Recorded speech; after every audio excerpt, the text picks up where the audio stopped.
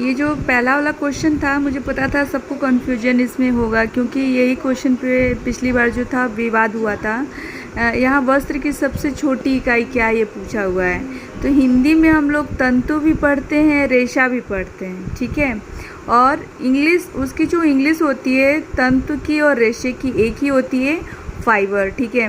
तो उसका जो इंग्लिश वाला आंसर था वो सही था, बल्कि हिंदी वाला जो आंसर था तो रेशे के सामने यार्न दिया होता, जिसका अर्थ धागा होता है, इसीलिए वो आंसर गलत माना गया था। तो कभी भी हिंदी और इंग्लिश में कन्फ्यूजन होता है टीजीटी या पीजीटी के एग्ज़ाम में, तो इंग्लिश वाला मान्य होता है। तो वस्त्र की सबसे छोटी इकाई, अब बस इंग्लिश वाला याद कर लो, फाइबर। और इधर देखो डी वाला जो ऑप्शन लिखा है मैंने, यार्न होता है, यानी फाइबर के बाद जो बनता है वो आपका यार्न होता है। और ऊपर मैंने लिखा हुआ है कि टीपीआई का अर्थ क्या है। ये एक्स्ट्रा ऐसे बुक में नहीं है, इसलिए मैंने आपको दिया ये कि टीपीआई का अर्थ होता है ट्विस्ट पर इंच, यानी कि 1 इंच धागे में कितना ट्विस्ट पड़ा हुआ है, कितना घुमाव है, जिसके कारण उसकी जो है मजबूती निर्भर कर। और स्वप्निल, आपका जो 6 वाला क्वेश्चन है उसमें आपने वार्प शब्द का अर्थ जो है सी लिखा हुआ है, दोनों, लेकिन दोनों नहीं होता है।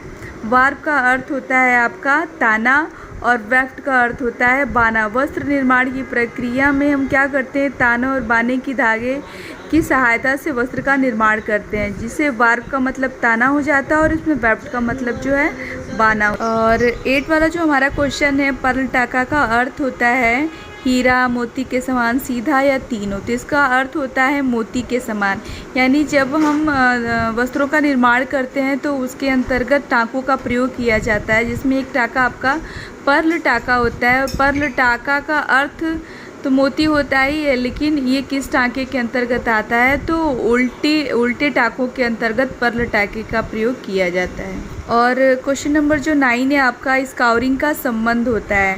तो स्काउरिंग का अर्थ होता है कि ऊनी वस्त्रों से जो हम गंदगी अलग करते हैं उस प्रक्रिया को हम स्काउरिंग कहते हैं। उसी प्रकार कपास से जो हम गंदगी अलग करते हैं उस प्रक्रिया को हम लोग कार्डिंग बोल देते हैं।